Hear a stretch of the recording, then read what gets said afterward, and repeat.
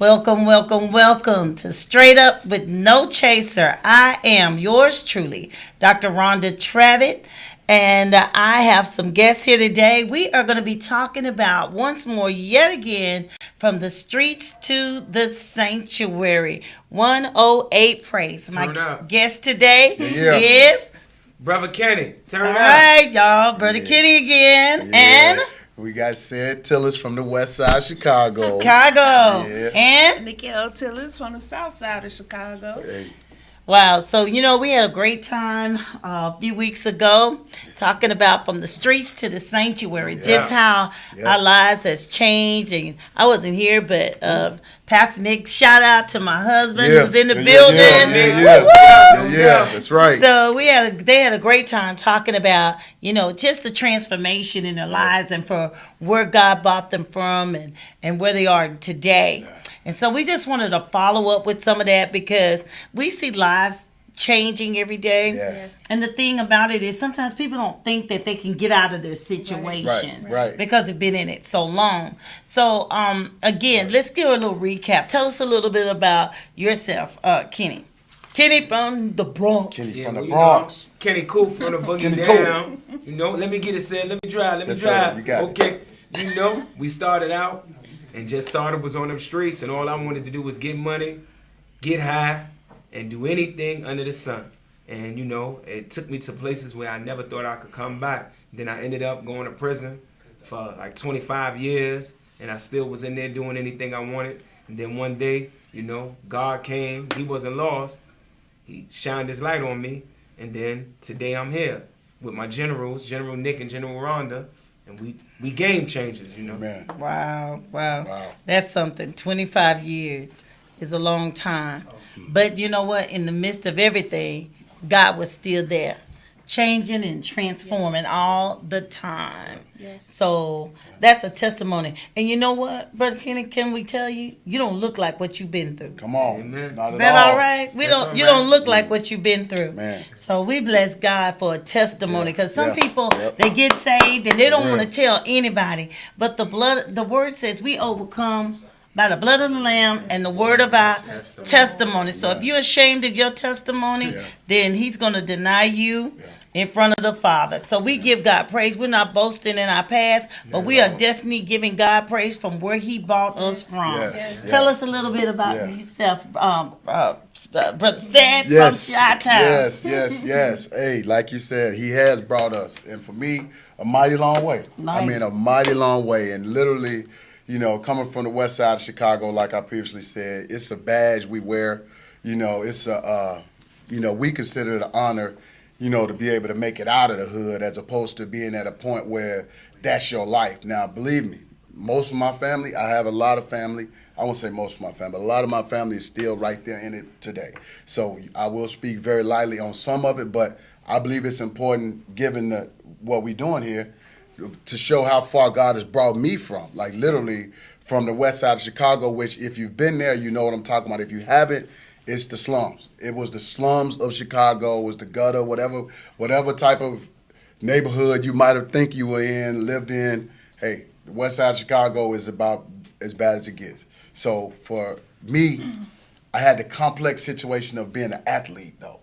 So that's one thing that you factor in, but a lot of people feel like you get a pass because you're an athlete, because you can dunk a basketball, because you can, you can swing, but you can hit a home run. But for me, I was a football player. I was a basketball player. So when they start shooting on the playground and you see one of your homies just got shot, it becomes real. When that time comes, everybody knows what to do. So you go from being a basketball player to a game banger in a split second. So, Is that's that what happened to you? That's definitely what happened to me. Definitely what happened to me. It didn't matter. You didn't have an opportunity to say, I'm not a part of what's going on here. You were born in. I didn't grow up during the era where you were jumped into a gang. I was born in the era where you were born into a gang. Right. Wow. Where this was your lifestyle. This is what we did. So, no, I didn't have to represent everywhere I went. The reality of it is, this is who I am. This is what we are. If you lived on this area, you were of this gang. Simple and plain, this is what it was. If you lived And it on was here, expected of you. it was expected to of fight, you. to go in. Yeah. Okay. Yeah. It was a part of life. you know, and we grew up in an area that was very drug infested. You know, literally when I can remember going to school, and I'm going to school, I'm walking across, you know, people just OD. I lived next door to a dope house. When dope house meaning at the time, we call it a shooting gallery. Shooting gallery, people go in there and shoot up. They shooting up heroin all day. Wow. So, you know, they OD. You know what they gonna do? They gonna throw them out. Ain't calling no police. Ain't calling no ambulance. Come get these people. We gonna step over this dead body and I'm gonna keep on going to school. Wow. Simple as that. So, wow. That's a lot. Yeah. That's a lot. I'm That's from real. Texas, so you know, Yeah. I'm from the South. Yeah. So it's hard to really comprehend Yeah. to that magnitude. Yeah. But this is your beautiful wife, Nikki. Yes. And from teenagers. Yes. And you guys were brought up in the same neighborhood, Different sides of town. different sides of town. But same type of life. Same type of Yes, life. yes. So tell us a little bit from a woman's perspective about, you know, the life and what God did and where you were. Well, growing up, I was not in a gang, but I was attracted to gang bangers and dope dealers, you know, fast money, cars with sounds in them, and Jordans and jewelry, you know. That's what I was attracted to, you know. Before said, I dated a couple drug dealers, you know. Fast money, fast life. You know, you get it how you live. That's what we say. You get it how you live, you know. And it was kind of interesting just watching, you know, seeing like my cousins get shot at, or, you know, people on the corner, like literally in a heroin-induced coma, you know, just kind of staggering around. You know, that was just a way of life. Yeah. Sad and I were actually robbed in a store At gunpoint. At gunpoint in front of a bunch of people in a restaurant, you know. Wow. But that was the life we lived. At gunpoint. At gunpoint. So why do you choose? Were you in a gang? Were you a dealer? Is that why? Just happenstance? Just happenstance. We were in there getting food, and we were ordering our food, and it was one of those restaurants where they had the bulletproof window, where you had to speak through the little Yeah, thing. you just got the little hole, and they're gonna turn your food. I thought it was and like give a it to Benny you. Hunters or something. No. there We were a on couple Madison people- Street on the west side of Chicago. A couple people in the corner, a lady with a baby, some people on the phone, probably Pay about phone, eight or 10 people in there. And we turned around, and there were two guys standing there with guns, and they were like, "Give us your shoes, give us your jewelry, give us your money." Yeah. And I was like, "Oh my God, is this really happening?" And of course, he's like, "You're not getting nothing. You're gonna have to rob me." And he literally, I told him, I said, man, you ain't, bruh. You come to rob, you gonna have to do it, partner. I'm not from the area. I'm not giving you nothing. Yeah. Whatever you want, and you gonna have to take they it. snatched our chains, took the money out of his pockets, and they were like, "Give us your shoes." So we were you ain't both like, getting my "No, shoes. you're not getting these shoes." my Get the shoes, money, partner. not the shoes. You're not taking You're my shoes. Not the Nike.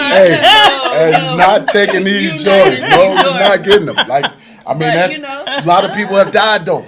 In Yeah. that same instance, I got 2 guns in my stomach. Yeah. 2 guns. Then these guys like, yo, you think it's a joke, Big Daddy? You think we playing with you? I said, no, man, you come to do your job, partner. Literally, when this dude was he emotion like he was gonna get me, I thought that was it. I was gonna hit him, and I looked over Nikki like, no, Sneak, no. What they call me, Sneak? No, don't do it. Calm down. And she was trying to get me to calm down, and I was at a vulnerable state because I had my slim with me. Mm-hmm. So, you know, at that point, that's why they took advantage of that opportunity, because they saw me with my girl. Yeah. See, people think you safe because you got her back. No, but you're at a vulnerable point because these cats know you're not gonna be yourself for her. Right. Wow. So Yeah. that's what happened. So It they was robbed real. us and walked out Yeah. of the store. Took They the little walked out of food the money. store. It did Yeah. rob And everybody's anybody. around, Yeah. and nobody does. They didn't stop anything. making They didn't stop. sandwiches. They didn't stop No. making sandwiches. The cat on the phone. I Right, heard them. right. I hear the cat on the Wow. phone talking about, They they robbing these cats. They robbing them. They robbing these niggas in here, man. Then they put our food in the Put up, turnstile. there you and go. And there you Order go. up. There you go. Ain't no call, no police, nothing. Get in the car. Couldn't even get in the car. The Joker stole the keys out of my pocket. He took the keys, so I can't even go home. Wow. Yeah, had to call somebody to come get us. And just to think that was Real talk. some years ago. Yeah. Yes. So Yeah. what is it like today? Is in Chi-Town. So Well, we really praying for that. you got to pray about I'm it. praying Pastor. for that, The really, maturation for real. process of that was so wild because And that was it's- what 20 years ago. that was 20 years ago. It's that much worse now. Yeah. Wow. Yeah. It's that much worse now. That's why. But I'll say this: I don't think it's that much worse. What I believe is that social media, the different outlets are out there to show what's going on. Like when we were coming up, you didn't have that. You know, when I got shot up, nobody was there. Wasn't no Instagram, Facebook, none of that stuff. Nobody, that wasn't there. So, but now everything is broadcasted. They're keeping track of the murders. You know, they trying to post it up in this news, which makes money. So they're making money off all this stuff now. So it's been going on all the Yeah, time. I believe it's been going So on the all only the thing, time. it's just been more publicized, Yes. and we have the Yes. cameras Yes. that can catch it. Yes. Yes. Wow. Everybody got a camera. Everybody's on their got phone. a camera, which is true. Yeah. So, tell me about your upbringing. Were you a single parent home? Were you, two parent home? Parents educated, or was it just survival? Some parents, some kids just survive, and Yeah. they, maybe their parents were the ones on heroin. Yeah.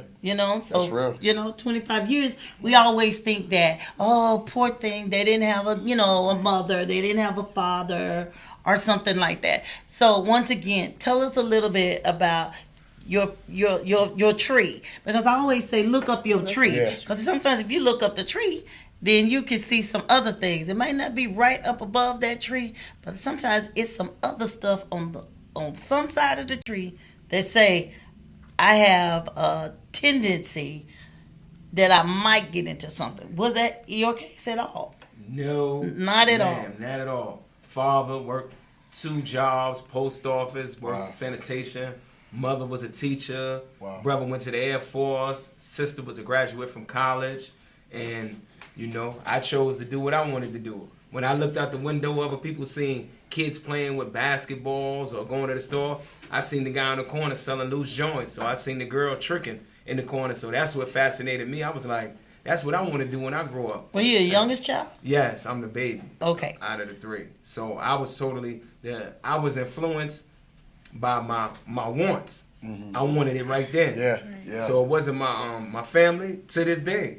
I'm the only one that's been in prison. So when they look at my entire family, like my mother's whole side, nobody went to prison. So when they look at me, they was like, what happened? My grandfather was a minister. On the other side, my grandfather was an alcoholic, but his wife was in the church, so it was rooted in the church. But living on 169th and Washington Avenue, you had a choice. It wasn't like gangbanging and all that. It was just like you could get it today instead of working for it. Because like my father today, Mr. Otis Cooper, 85, he always laughed. He's basically like what you call a hood millionaire. He said, Kenny, I go wherever I want, do whatever I want, but it's because of God. And you did everything you did, and you ain't got nothing. Pop, keep it real. How did that work out?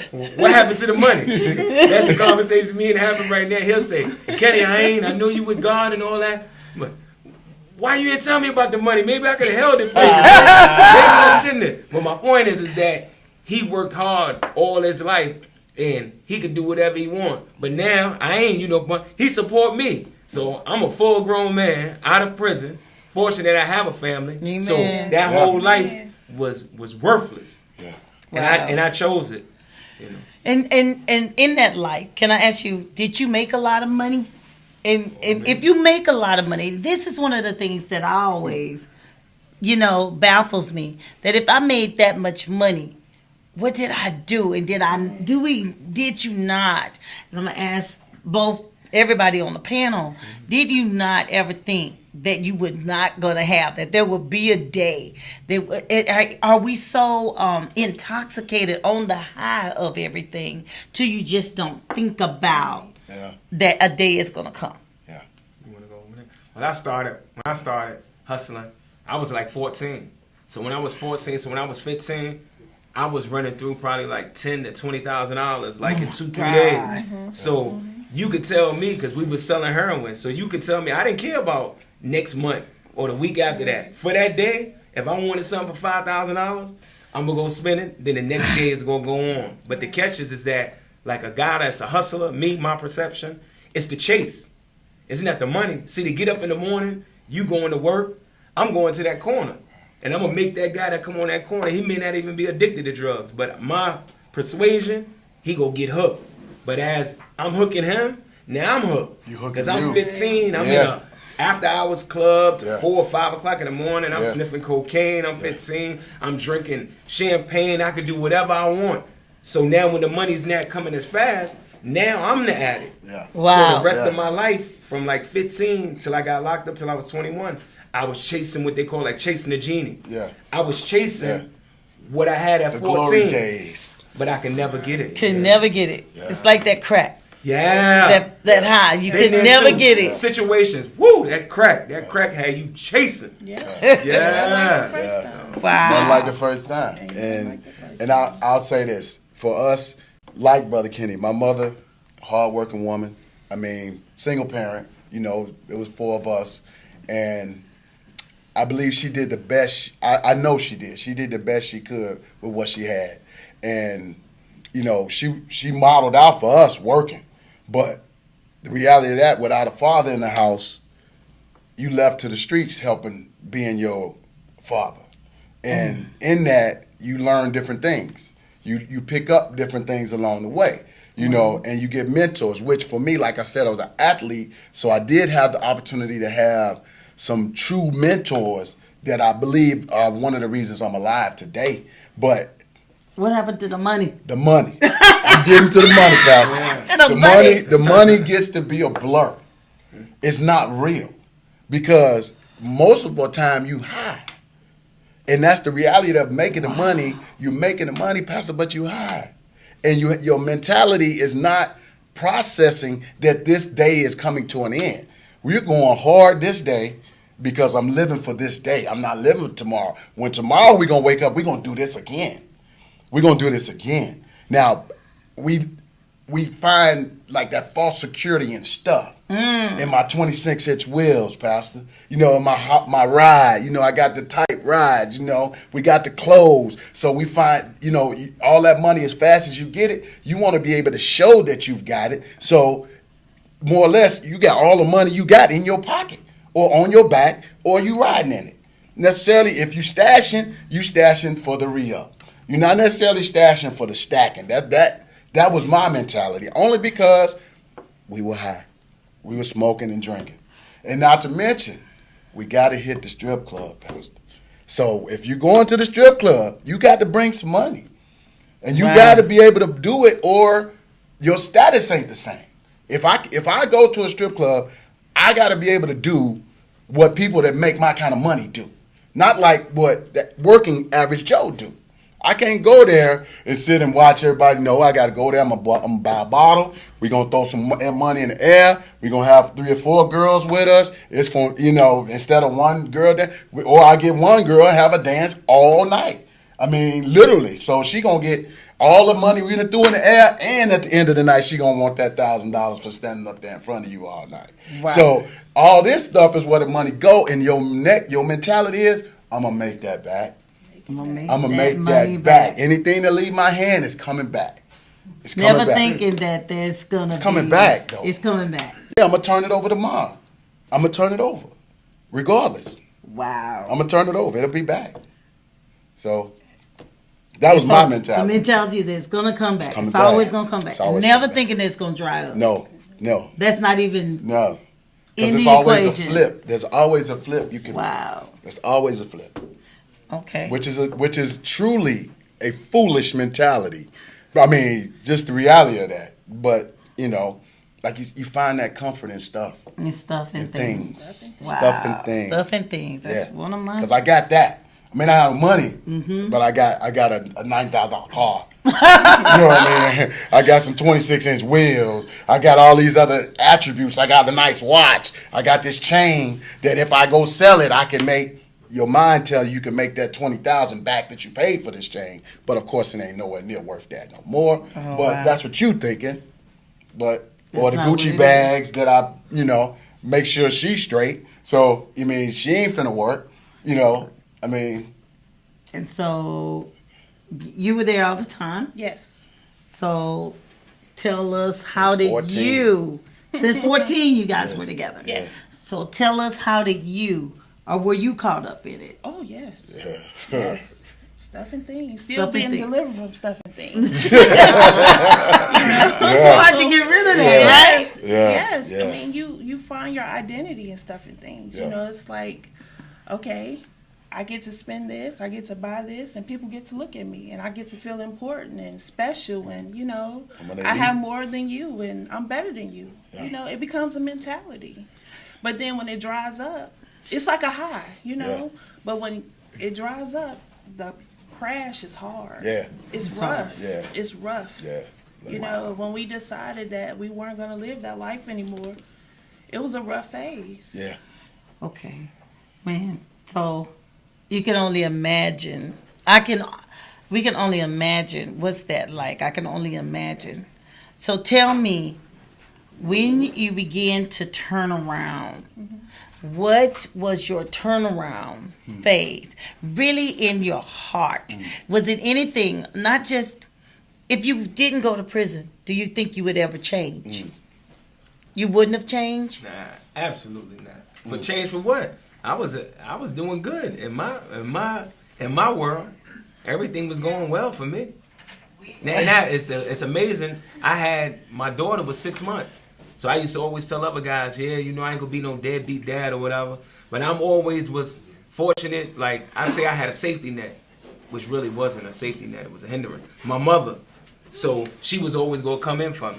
She was always gonna be there to support me. So if I don't go to prison, well, that's my viewpoint. But God is bigger than my viewpoint. Yeah. So the other side of me looked like God, he had me. You know what I'm saying? So it was gonna be something that happened, because when I first went to prison for the first 10 years, I didn't stop doing what I was doing. I faced the death penalty. And once I got in prison, I was doing the same thing. Wow. Hustling. No. Yeah, they used to call me Hustle Man. I'll sell you whatever you wanted. I could get it for you. Wow. And that was my MO. So I said, I'm going to do all of this till I get out. But it was, And so you were making money in prison? oh yeah, but nowhere near the money. But you know what? You could do less with more in prison. It's the equivalent, Because it's though. the status that you Yes. get. If I could get you this magazine, or if I could get you these cigarettes, then my status will go up. So you don't need a lot of money. All you need is just a reputation of For the whatever power. it is. Yes, It's power in prison. Oh yes, it's power in prison. Yeah. So you be in another world. So after 10 years, tell me what really happened. After all the things, mom's prayers, you know, people talking to you, counselors outside, inside, what is it? Because we know that we you know, I know we talked about a lot, but the people that's on the panel are, you know, super, I think, have an awesome testimony because they serve God Yes. to the same extent and magnitude Yeah. that they, you know, hustled and did everything else. So, you know, you're strong in the Lord. So tell me about that. Well, to tell you, short version, to tell you two things happened. One time I wasn't high, but I thought I was high because it's the only time that God talked to me, I believe. I was sitting on top of the chair, and something went behind my neck and said, "Is this all you want out of life?" So I looked around in the chair and was like, I said, I know I'm that high. And then I looked back on the chair, because every day I used to look at the pray and be like, I'm going to make a pack of cigarettes off anything. If somebody got to do a homosexual act, somebody going to stab somebody, I'm going to make a pack of cigarettes before I go back in the cell. So that voice happened twice. So I couldn't tell nobody because I wasn't saved or whatever. So I was like, that ain't going to work. So I went to a program called Carols. It was a program, and then I sat down, I listened to the story. I had a gangster story, but it was a little man named Maury Porter that passed away. He was in World War III, and he told me about how he was a millionaire. People took his money, and I was just looking at him. He was like 4 foot something. I was like, he made my story, all the money and the killing, he made me feel like I was this, because he was talking about a real life reality. So that night I got on my knees, and my prayer used to always be, God, what's up? How you doing? I want to make parole. Take care of my sister, take care of my moms, take care of my daughter. My brother and my pops, they on their own. You know, they stand up and use the bathroom like me. But that day, I just said, if Jesus is the way, then, Lord, I'm all in. But I'm going to need help, because I still want this money. I still want to get high, and I like to talk slick. So from that day, I got saved. But the year after that, when my mom's got cancer and she left, that was it. Because that was going to be the time to where I could have went back and said, forget about God. But it seemed like God told me, who you love more, me or your mother. See, God talked to me like, you know, it's no disrespect, Yeah. like a gangster. Yeah, You he know, he's talks an to us. eternal Mhm. gangster. He like, yo, what it is? What you gonna do? So I was in there crying and fumbling and like, cause I love my moms more than anybody. Right. But he was like, who you love more? So it wasn't no wordplay. After that, I just went stronger for the Lord and just started going in. And so that was my transformation. That was like January 5th, 2004. Like about 4 o'clock, I got the news. That was the day that I feel like I was filled with the Holy Spirit. Before I was just saved and I was going to church with it. From that day, if I didn't get out of prison, I think I would have been even stronger because I didn't care. Whoever you was, Aryan Nation, homosexual, warden or whatever, They could get it. I was spit in your face as far as with the gospel. I was, not fearing men. And I met and I've spoken with some of your parole people. Yeah. And just as hard as you went for the streets, you had a reputation Come on. for getting people saved and brought to Praise the Lord. Jesus. Hustling for the Lord. Hustling Yeah. for the Lord. Yeah. And, just a whole community. Like there was gangs that were leaders, where you were a leader for Christ Amen. in the prison system. Yes. Praise the Lord. And when you say that, and I'm I'm cocky at times. Prideful. Little Ain't cocky. too much of that. And you know what? I sit and look, and I used to be like, when I get out on the streets, it's gonna be so much easier. Flag on the play. It is so much harder out here Yeah. to serve the Lord, and it's not just sex, money, It's myself, as you know him, you met him, Kenny Cooper. See, when I was in prison, Kenny Cooper, I could keep him at bay because it was limitations. Limitations. But out here, Options. and the church folk, choices. the church folk is woo. So they ignite Kenny Cooper because all it takes is like the small, like a little bit of leaven for the high leaven. So now I sit back and be like, what's going on? But it's always God-centered because I have generals. Like I call you, I don't just say this because we're on the air. Y'all do less by your talking, but more about what you don't do. That's right. You That's never real. give up on nobody. Yeah. So I don't want to come in here and be like, Pastor Nick, Apostle Rhonda. So that's enough for me. Some people it's not. I think God gives you people to show you, like, this who you answering, this who you honoring. Yes. Because if it was just God and I didn't have anybody, I'd be thinking in my mind, God gonna forgive me. I'm gonna be all right. But when you have people that you have to look at and you Accountability. have to honor, Yeah. and they're honoring God and they don't want anything, to me, that's what keeps that same hunger when I try to get ready to make a left turn to get back on the path.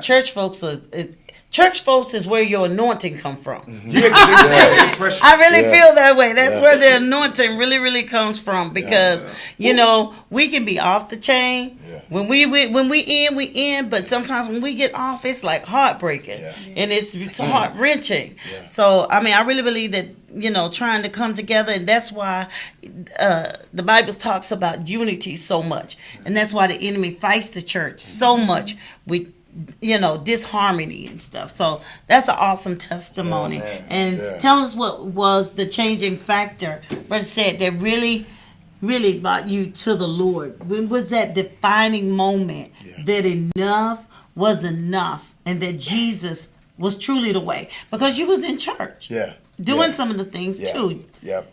People think Yeah. that because I'm in a gang that I'm not Yeah. going to church sometimes. No, that's real. Some of us at different times we can put the Sunday hat on. Then when I get home, I'm gonna put my Vice Lord. Well, I'm gonna put my other hat on. You know what I mean? We put these different hats on, and we wear these different masks. But the reality for me was, I came to a point in my life where I really didn't know I was going to meet this day. I didn't know this day existed because I got so far into the street as well as in church. So there's this, this lifestyle that you kind of jamming together and the ends are meeting. But I had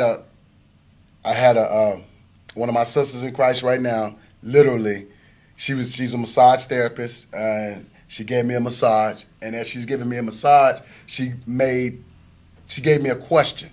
She made a question to me that really it stopped me in my tracks. And I know I'm fumbling over my words right here. Y'all apologize. But what really happened was, because I'm trying not to be emotional about it, because from time to time it gets me, that she cared enough to ask me.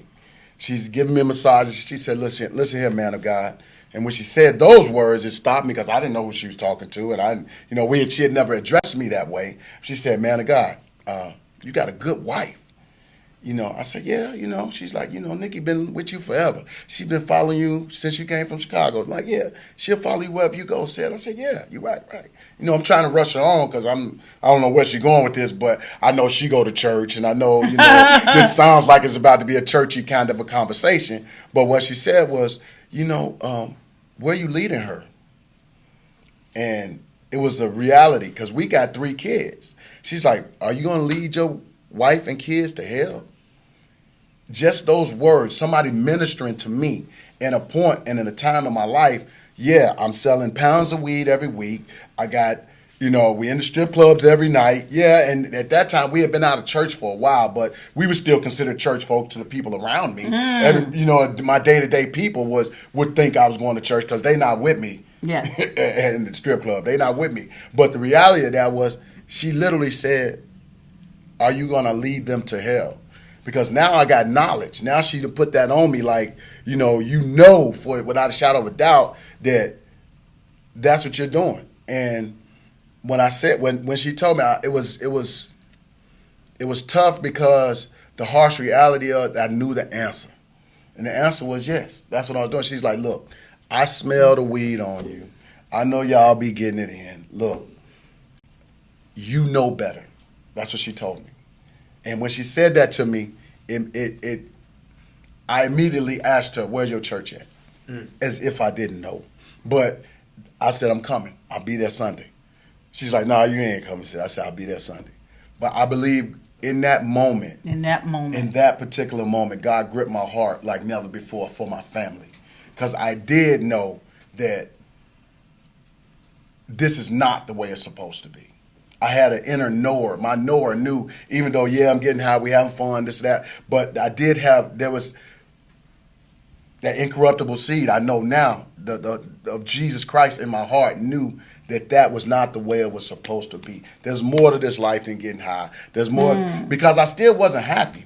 I still was, there was never enough. There was never enough weed. There wasn't enough money. There wasn't enough strip club. That's why we got to go tomorrow night on a Tuesday. We're going to go on a Thursday. We're going to go during the day. If I'm going to leave the shop and go. We're going to meet up, So different times, that's when it became so real that this appetite will not get fed, and it leads to all other different types of things. So I was able to, at that point, I believe, hear the voice of God from my sister to say, look, man of God. And when she called me those words, so I used it, and I'd never heard it before.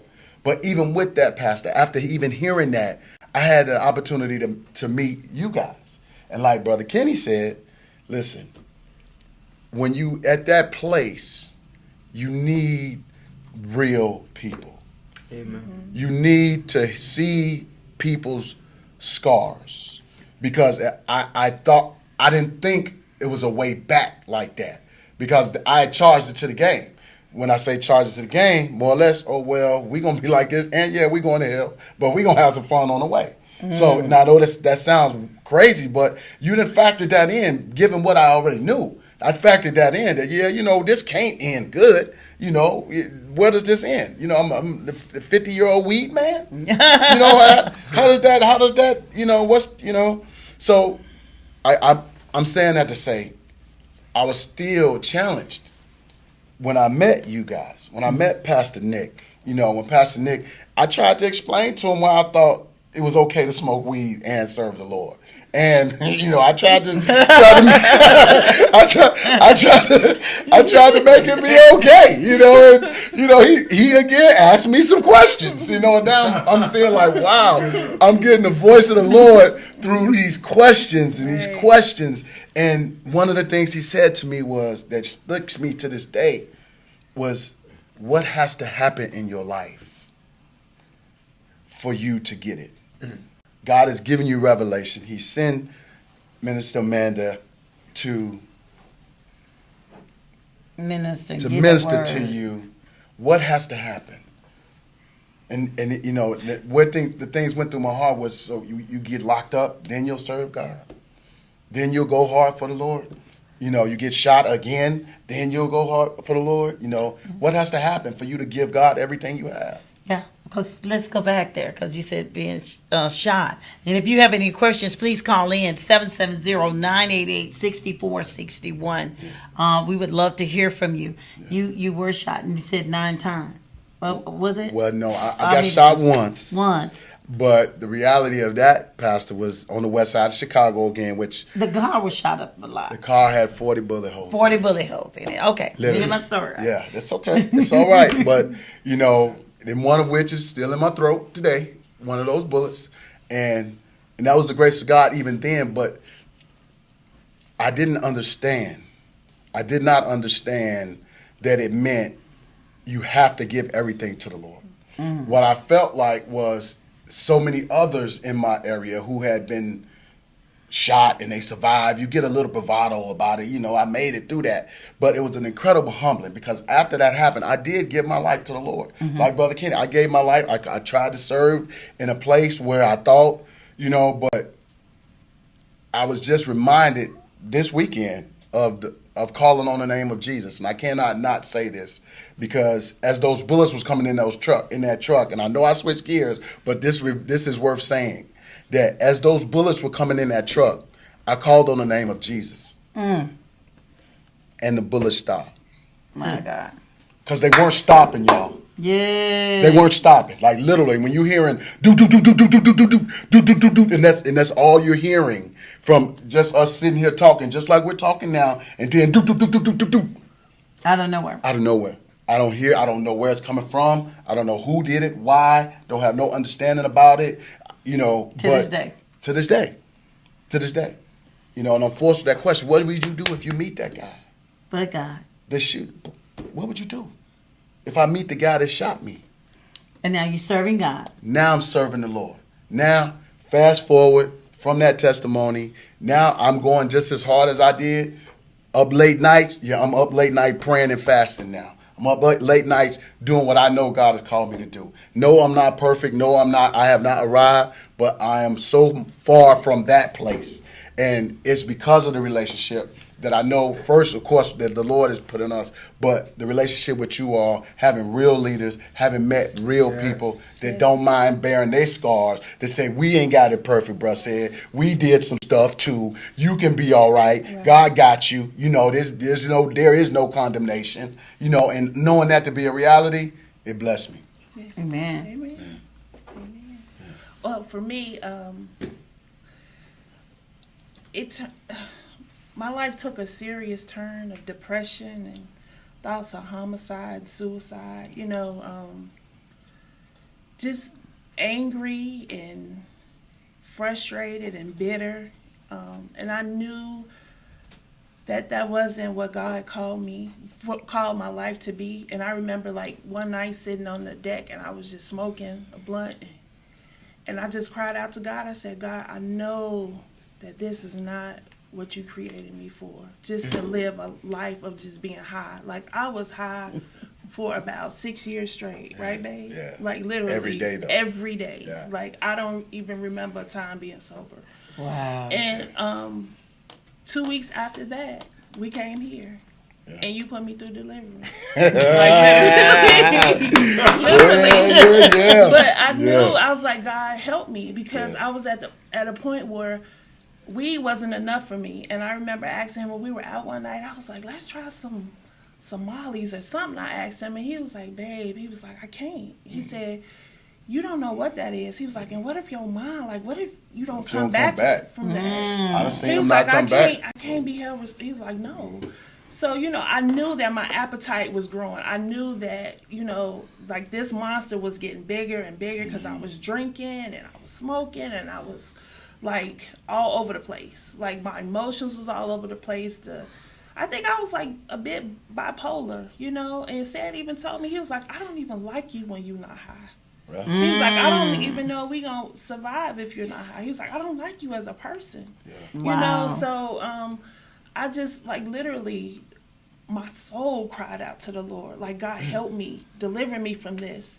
And from then on, it's been 3.5 years. I haven't had anything to drink or smoke. Like, and I just bless God because that was a rough place. That's it's, you have this like, oh yeah, I'm getting ready to get it in, and then you smoke, and then you're depressed, and then you smoke again, and then you're depressed, and you drink, and then you're doing all of this stuff, but you don't have any peace. Trying to numb the pain. You don't have any peace. And then when I literally got to the point where coming here and talking to you and Pastor Nick, and it was like, you got to face this stuff. Sober. Like, you can't keep trying to mask, and hide behind your addictions to numb the pain. Like, face this stuff, pray about it, admit it. I had to admit to myself that I had some issues, like some deep-seated issues, and at that place, that's when the healing and the deliverance began. Amen. And God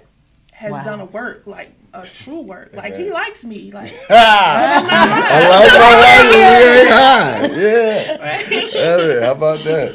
So let me ask you, and I guess this is just a quick question for everybody.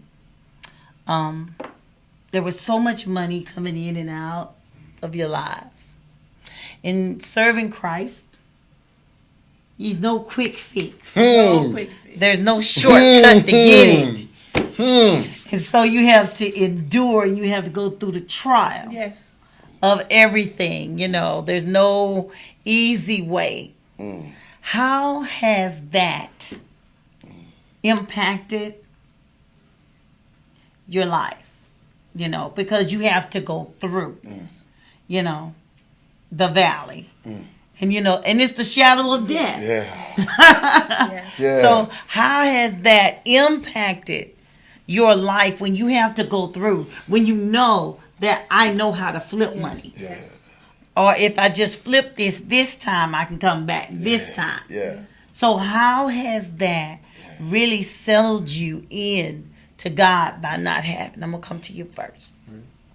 You say that's how I know you and Pastor Nick, y'all won. I just told Pastor Nick when we was in there doing something, I was like, I work for you. He was like, nah, you work for the Lord. But I explained to him what I'm talking. Money has never been an issue to me. So being that it's never been an issue to me, I don't have that thirst and hunger for money anymore, because the impact that God got for me, He take care of me since I've been out of prison.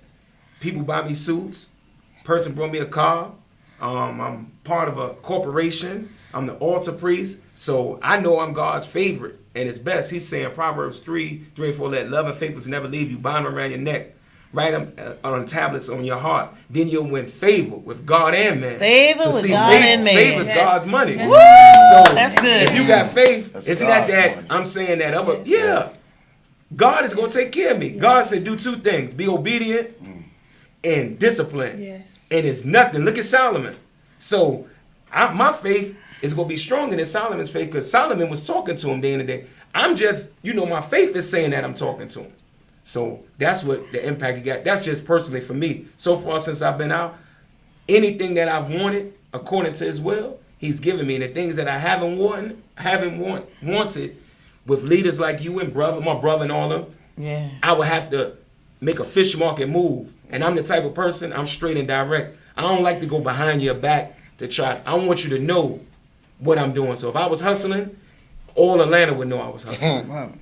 770-988-6461. Wow. All right. Yeah. Call in, please. Call in. Let's turn it up. I got to jump in. My story's a little different than yours, yeah, because, just I got to give a different perspective. Because you got kids and stuff. You got a wife. And he's single. So talk to me about that change. Yeah, because I believe it's a mean time, Pastor. Like, literally, that time can be excruciatingly nerve-wracking, because now your yes to the Lord means pay those same bills that you had when you were making $10,000, $20,000. Now pay that with a very limited amount of money, because now you have to scale back. So things have to fall off. You got to, and it's all for the Lord. And, that yes sounds good when you're doing it, But now you're not understanding that yes means you might have to give up this car. You might have to give up this house. This is your yes to the Lord, though. When it's a good time and things, you gung ho, you're on fire. You just left service, but now the reality of it is, man, I can't even take my family out to dinner. Where we've been going out to dinner every Sunday since forever. But we got to go home and put a meal together. Like, wow. I mean, no cable TV. This the Lord?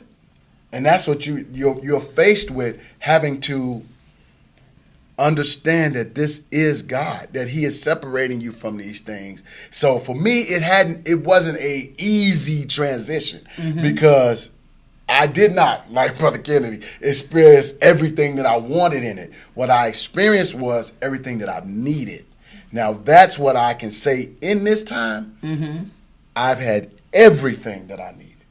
Everything. I've not gone hungry. Our family has not went without anything that we've needed. A lot of our wants, which is what I believe got us in the problem in the first place, a lot of that has been scaled back all the way. I mean, to the brake pads. But the reality of it is God has provided in this time. Yes. And when you see the hand of God in your life and know it's an extension of His heart, that your car breaks, He fixes your car.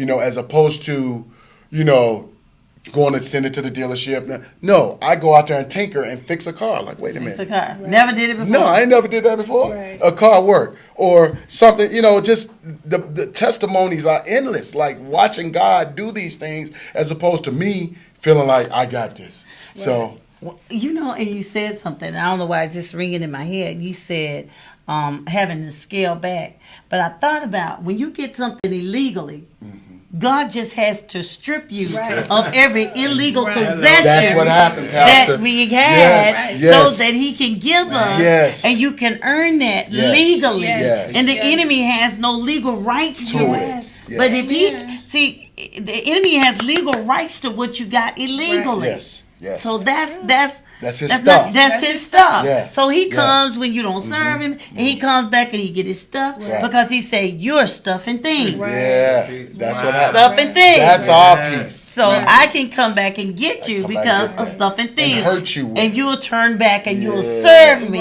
for stuffing things. For that. But you remain steadfast. Amen. Yes. Because stuffing things don't own us no more. Don't own us. Wow. No. We learned how to have not. You learned how to be like Paul. Yeah. Yes. To base and to abound. To be content. We've learned the secret of contentment. Wow. Yes. Yeah. That's good. Yeah. That is good. It's humbling. But one thing as a pastor, a lot of people pray for a lot of business people and blah, blah, blah, blah. I prayed for people to come in that were unchurched or that were church that had, but yet it from the streets. Because I wanted people that would fight. I didn't want people that were just going to come in and look cute and were not going to get their hands dirty. They wanted a position or they wanted a title. So I said, God, give me people that understand turf. Gangbangers understand turf. So from the CEOs to the everything in our church is for somebody that has been from the streets. And that's why we go in intercessory prayer and we can war and everything. And then we have a few altar guys like Aaron Crute and who keep us grounded with the mechanics of it all, Need balance. That balance. So I'm just really excited to share what God has done and let people know that there is a ministry and that wherever you are, that God is well able. From the depths, from the pit to the prison to having the best of everything. Maybe losing some of those things, but knowing that God will bring us back into the fullness of everything. Because He said, if you count it all dung, then I'll show you a more excellent way. And I believe that that's what He's doing for every last one of us. Is showing us all a more excellent way. And everybody that feel like that's trying to hold on to their life, I look at them and I really feel like they're losing their life. They don't even look like they have life. Yes. They're dying. You have stuff and things, but there's no spirit of God in it because of stuff and things. So I'm really excited about this next move of God to really see what He's doing. Yes. And if you had to leave this panel today with one thought that you would want to give somebody, Brother Kenny, what would that thought be? We've got about 5 minutes left on the show. The topic was from the streets to the sanctuary. In order to bring the sanctuary to the streets, you got to bring the streets to the sanctuary. What do I mean? You got to come to God as you are. So after you come to God as you are, then He'll allow you to go back to the streets and you'll have more credibility. You'll be more known because now you're coming to bring something to shed light to a situation. When you in the streets, it's always dark. You want to do everything in the dark. But when you come to the sanctuary, which is you, your temple, you come back, you can let people know that Jesus is real. You know, He's a winner. That's what I would leave with the people. Amen. Amen. I was thinking too, but honestly, man, I believe that if you can bring your testimony of the street and let that be something that somebody who's in the streets can see the miracle of salvation. If they can see that in you, they may be attracted to the church also. So that would be my last thought. Mine would be just to trust the process and trust God. Amen. Jeremiah 29:11 says, "For I know the plans that I have for you, says the Lord, plans to prosper you and not to harm you, plans for a hope in the future." And you got to lean on that because God knows what's best. And it hurts, but God knows what's best. Yeah. God knows what's best. Amen. Well, I thank everyone for tuning in today. Our lives are living epistles, you know, and so I bless God that you can read people's lives and their open books and their testimonies are open. And so that maybe it's for the furtherance of the gospel that we are able to sit today and be open and transparent, not to boast in our former things, but to give God glory because that He is a renewer. He is a transformer. He's a healer. Amen. And He is a restorer of all things. And I agree.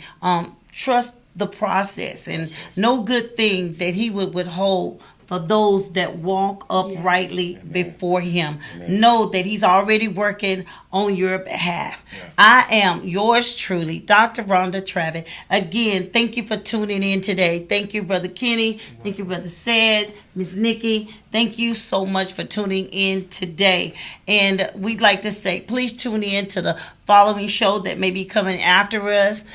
Tune in next week. Same time, 7 p.m. Straight up, no chaser. 108 Praise. Yes. You can catch us here on Sunday mornings at 8 a.m.